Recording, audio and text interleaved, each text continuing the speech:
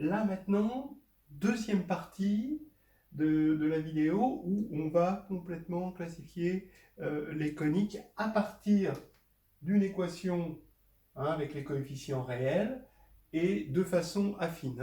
N'oublions pas que c'est une classification affine.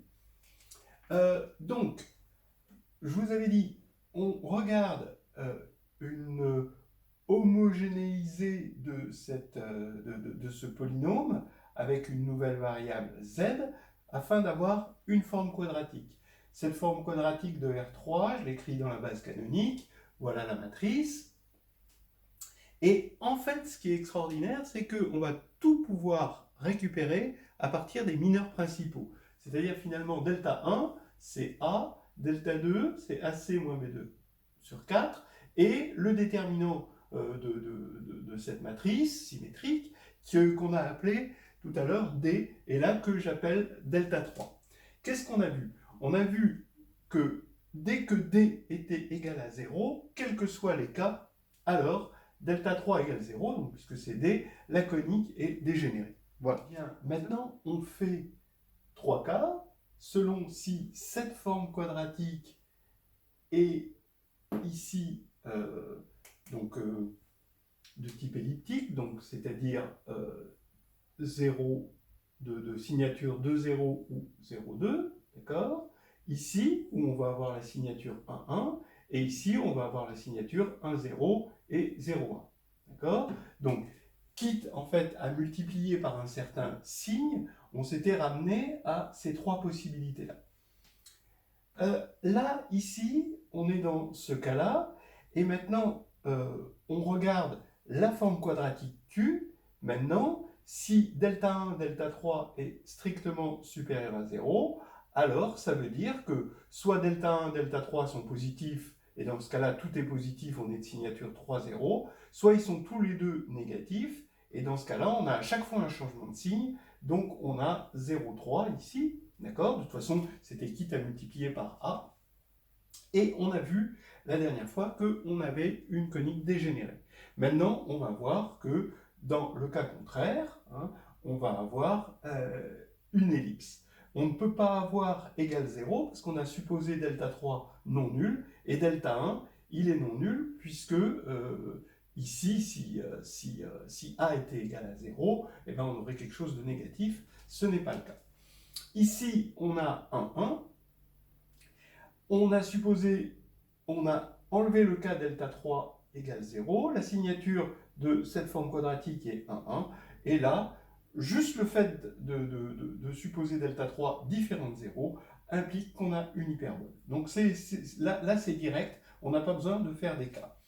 Et ici, si on a une signature 1, 0 ou 0, 1, alors, pareil, il suffit d'avoir delta 3 différent de 0 pour avoir une parabole. C'est ce qu'on va voir là tout de suite.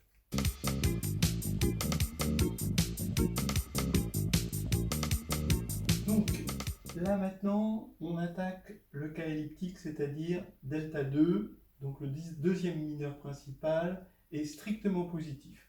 Vous remarquerez que ça implique que A est différent de 0, parce que s'il était égal à 0, là ce serait négatif ou nul. Donc, on regarde déjà notre forme quadratique principale. Là, on fait quelque chose que vous connaissez bien. C'est la décomposition canonique du trinôme, d'accord? Où on retrouve delta 2 ici. Et maintenant, quand on veut prendre notre forme Q homogénéisée, on a A. Donc, je recopie cette partie-là, je rajoute le reste. D'accord? Et ici, je vais obtenir, avec la méthode de Gauss, une forme avec A, facteur de x2, donc en prenant mon d sur 2, donc x, ça va être un mélange linéaire de petit x, de petit y et de petit z.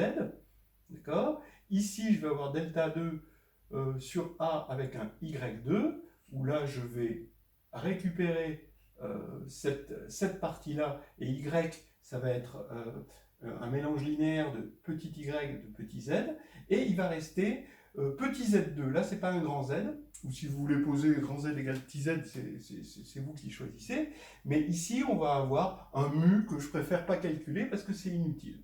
Donc voilà, ça y est, j'ai ma forme en somme de formes linéaires carrées qui sont indépendantes, selon la méthode de Gauss. Hein. Donc maintenant, S, c'est-à-dire, j'ai appelé S, hein, j'ai fini par appeler S cette matrice symétrique de la forme homogénéisée. Donc ici, elle est comme ceci, mais elle est congrue, hein, voilà, pour la congruence, à la diagonale, A, delta 2 sur A, et mu. D'accord? Ça, c'est un changement de base hein, qui correspond, vous devez le savoir, à la base antéduale de la base des formes linéaires qu'on a ici. Donc maintenant, ça veut dire que les déterminants ici et ici ont le même signe. Donc le déterminant ici, le déterminant total, c'était D, donc delta 3. Donc delta 3 est de même signe que le produit ici. Et le produit, donc c'est mu delta 2. D'accord? Vous le voyez.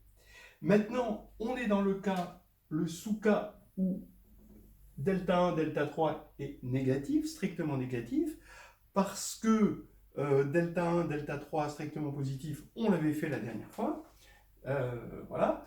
Et donc delta 1, delta 3, maintenant, est du même signe que, comme delta 3 est du même signe que mu delta 2 est positif, donc c'est du même signe que mu, donc delta 1, delta 3 est du même signe que mu delta 1, donc mu A.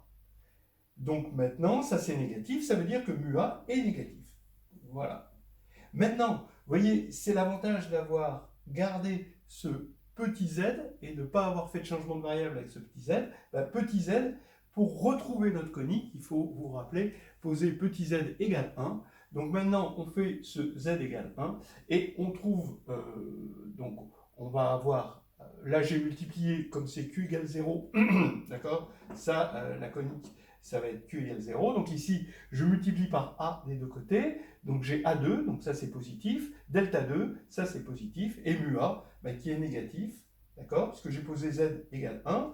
Là, j'ai posé x1 parce que ça veut dire que c'est ma variable qui était linéaire en x, y, z, mais en z égale 1. Donc c'est plus linéaire, maintenant ça devient affine, y1. Et donc là, ici, c'est positif, positif, négatif. Voilà. Donc ça, et tout ça c'est non nul. Donc ça, c'est bien l'équation, on reconnaît bien l'équation d'une ellipse.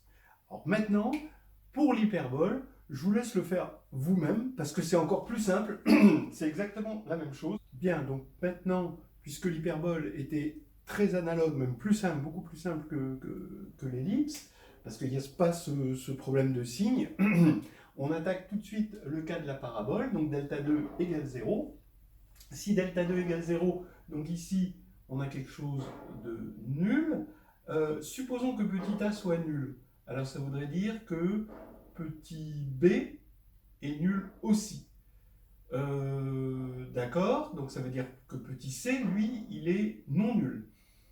Donc, quitte à échanger x et y, on peut toujours supposer que a est non nul. Voilà, donc c'est ce qu'on va supposer par la suite, que c'est a qui est non nul, sinon on change x et en y, et puis les formules continuent à marcher.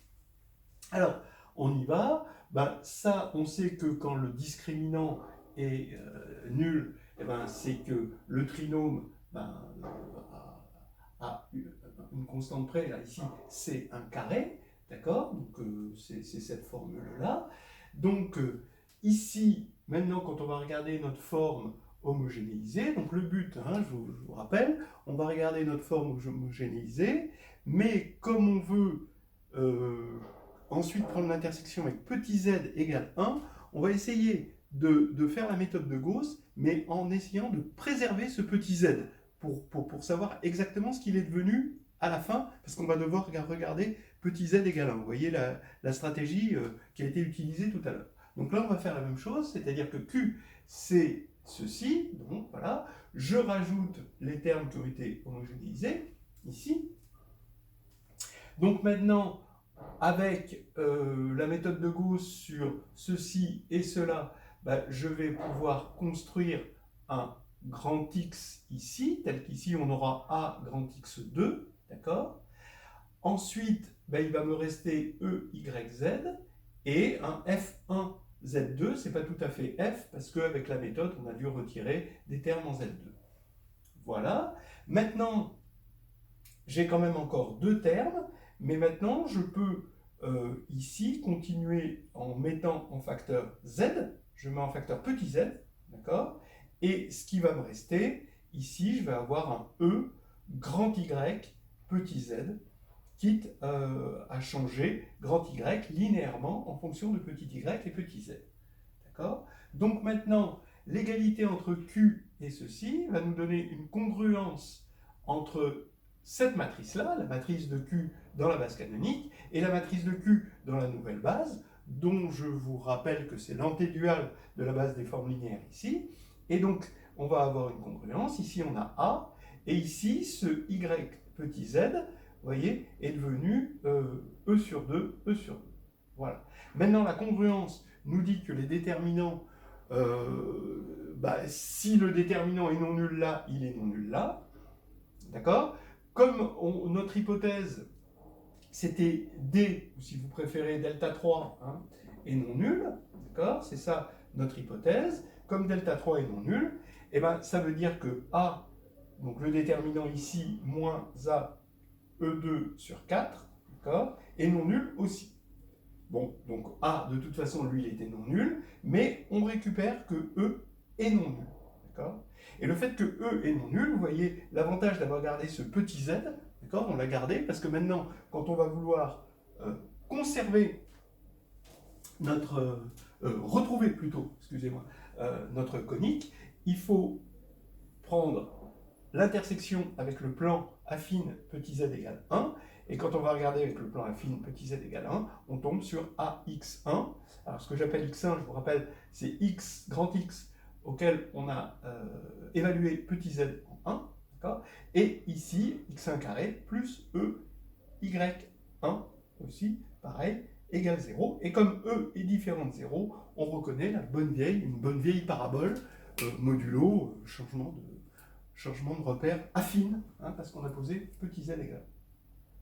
Voilà, donc c'est terminé, on a achevé le tableau. Bien. Pour finir, hein, ce qu'on doit retenir de tout ça, parce que soit on voit ça comme des méthodes pratiques, bon, soit on voit ça avec peut-être un peu plus de recul. Le mot-clé, c'est d'abord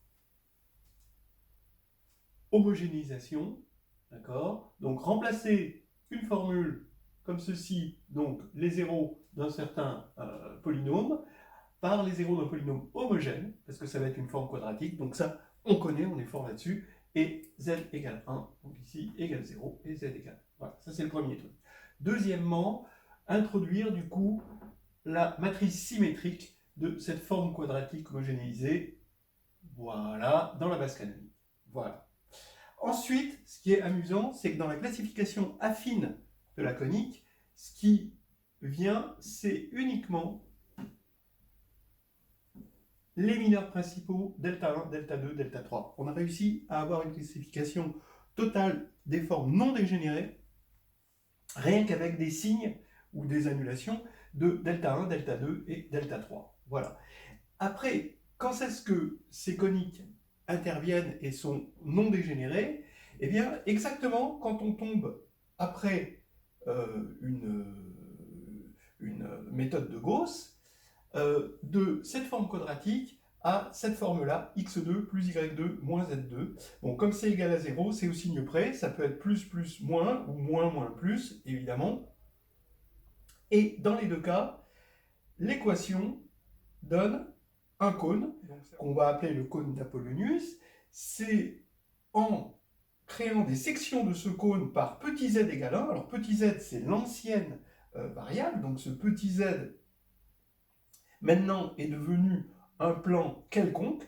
Quelconque non, parce que, étant donné que c'est égal à 1, il ne passe pas par 0, 0. Ça, comme on a fait un changement de variable linéaire, hein, donc il ne va pas passer par 0, 0. Donc vous prenez n'importe quel plan, hein, d'accord, et vous allez obtenir vos coniques non dégénérées. Donc toutes les coniques non dégénérées proviennent du cône d'Apollonius. Donc je trouvais ça intéressant d'avoir cette approche des coniques qui est à la fois à l'ancienne en quelque sorte, mais avec des méthode à la Sylvester, avec, où on rencontre des déterminants principaux, des mineurs principaux. Ça, c'est quand même assez intéressant d'avoir ce double point de vue. Oh yeah!